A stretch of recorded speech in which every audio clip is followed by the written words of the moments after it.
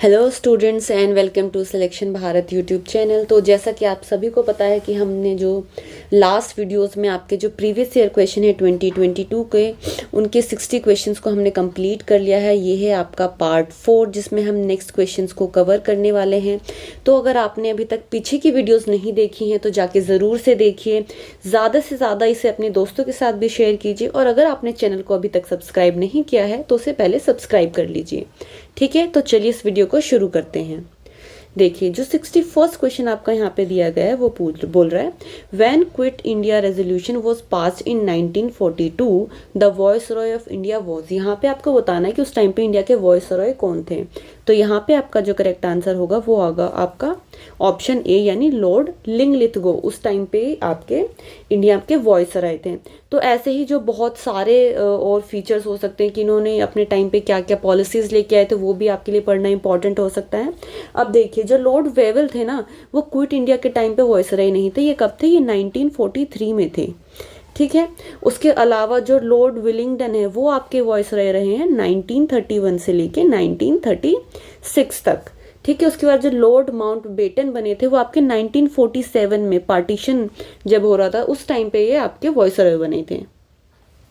Next question है कि BC Roy award is given in the field of. ठीक है, ये एक अवार्ड है, ये किस फील्ड में दिया जाता है? म्यूजिक के फील्ड में दिया जाता है, जर्नलिज्म के फील्ड में दिया जाता है, मेडिसिन के फील्ड में दिया जाता है या फिर इन्वायरमेंट के फील्ड में दिया जाता है?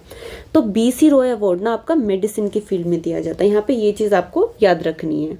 ठीक है, 63rd क्वेश्चन है आपका which of the following Indian constitution article contains DPSP यानी आपके directive principle of state policies है ना, तो कहाँ से लेके किस आर्टिकल में दिए गए हैं? तो यहाँ पे जो आपका करेक्ट ऑप्शन रहेगा वो है आपका आर्टिकल 36 से लेके 51 तक आपके डीपीएसपी और यहाँ पे पार्ट 4 में कॉन्स्टिट्यूशन के पार्ट 4 में दिए गए हैं।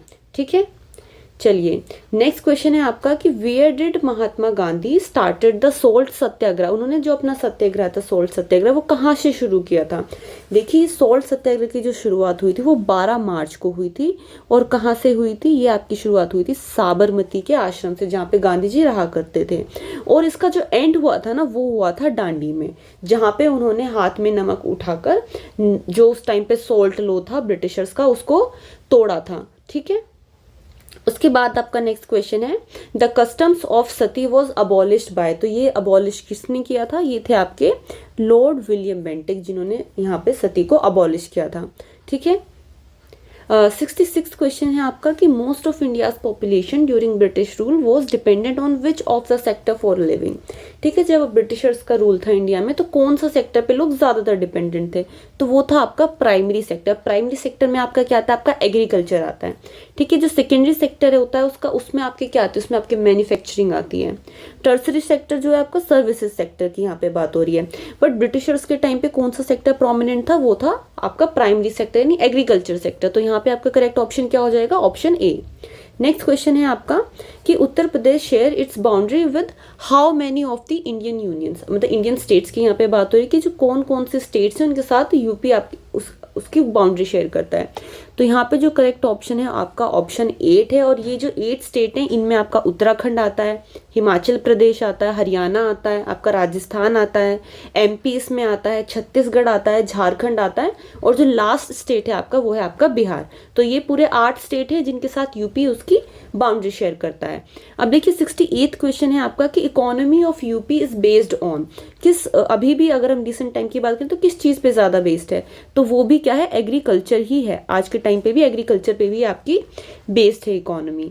69th क्वेश्चन की अगर हम बात करें ये बोलता है कि which is the longest national highway that pass through UP. कौन सा वो हाईवे है जो सबसे लॉन्गेस्ट और यूपी से पास करता है? तो वो है आपका नेशनल हाईवे 2। ठीक है, ये आपका ज्वाइन करता है आपका जो ग्रैंड ट्रंक रोड थी जो लोधी इसके टाइम पे बनाई गई थी ना उसी को यानी दिल्ली से कोलकाता को ये ज्वाइन करता है। बीच में आपका यूपी पड़ता है। ठीक है, एक मिनट। उसके अलावा जो नेक्स्ट क्वेश्चन है आपका कि which of the following scheduled tribe has the highest population in UP. अब ये आपको बताना है। तो यहाँ पे करेक्ट आंसर है आपका बी जो है आपकी थारू ट्राइब। तो ये क्या है? इसकी जो पॉपुलेशन है वो सबसे ज्यादा है आपके अगर हम यूपी की बात करें तो।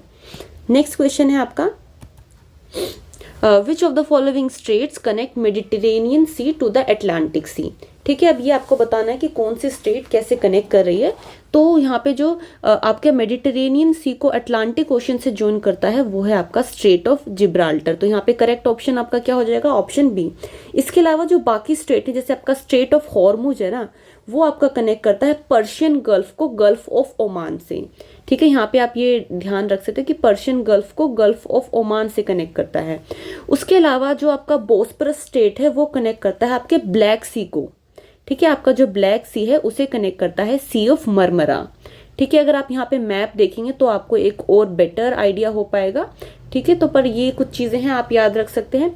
उसके अलावा जो डोवर स्ट्रेट है आपका वो कनेक्ट करता है आपका इंग्लिश चैनल, यानी जो ब्रिटिश है ना, जो ऊपर की तरफ आया आपका ब्रिटिश आइलैंड से, वहां पे इंग्लिश चैनल को ज्वाइन करता है नॉर्थ सी से। ठीक है, चलिए नेक्स्ट क्वेश्चन है आपका कि which of the following is known as city of temples. देखिए यहाँ पे सिटी ऑफ टेम्पल किसे कहा जाता है, इसके लिए जो आपका करेक्ट ऑप्शन है वो है ऑप्शन ए, यानी वाराणसी। यानी वहाँ पे बहुत सारे टेम्पल हैं। अगर आपको पता हो तो जो आपका काशी विश्वनाथ का टेम्पल है ना, संकट मोचन जो टेम्पल है, और आपका अन्नपूर्णा टेम्पल, तो ऐसे ही बहुत सारे छोटे बड़े बहुत सारे टेम्पल वहाँ पे मिलते हैं।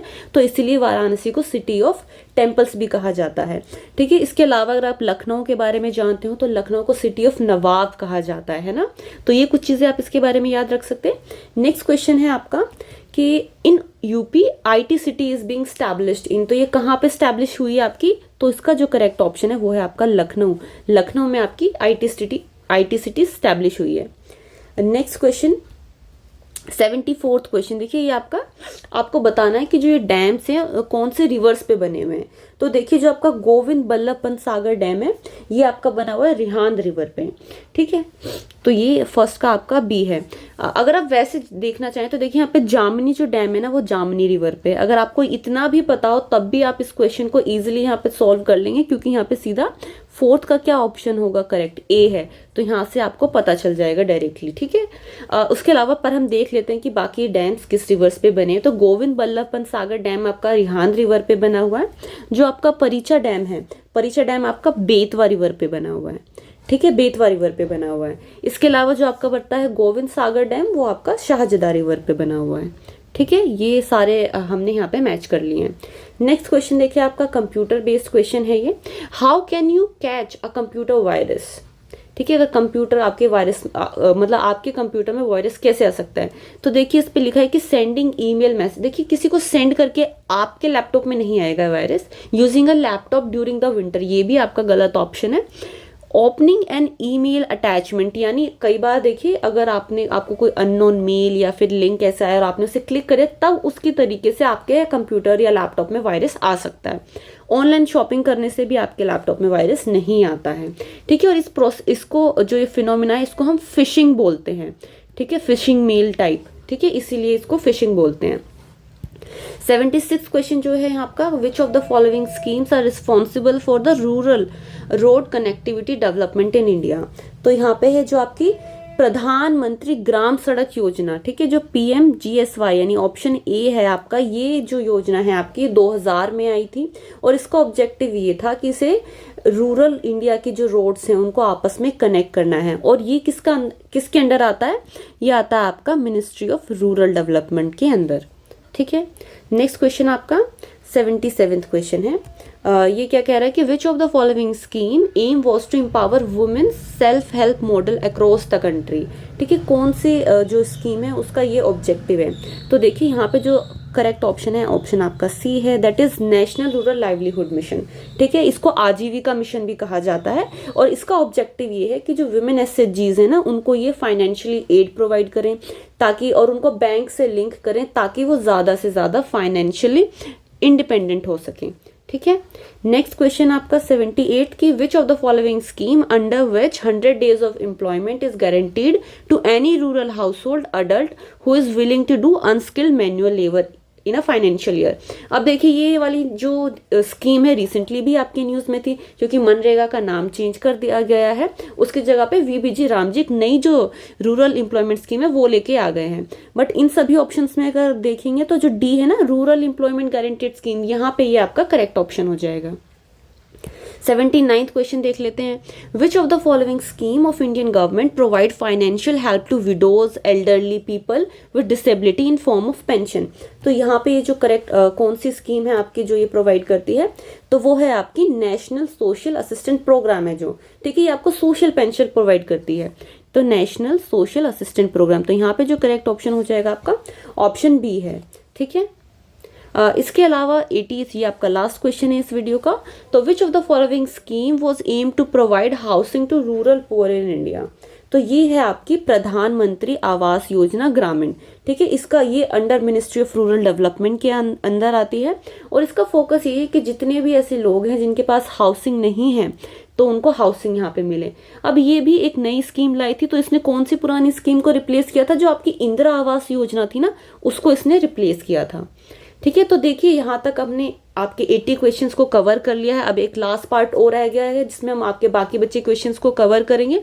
तो अगर ये वीडियो आपको पसंद आई है तो अपने ज़्यादा से ज़्यादा दोस्तों के साथ इसे शेयर कीजिए, और अगर आप चाहते हैं कोई भी नोटिफिकेशन आपसे मिस ना हो तो आप हमारे चैनल को सब्सक्राइब कर लीजिए सिलेक्शन भारत को। और आप फ्री पीडीएफ्स के लिए हमारा टेलीग्राम चैनल है सिलेक्शन भारत के ही नाम से, उसे भी आप ज्वाइन कर सकते हैं, ठीक है। Thank you.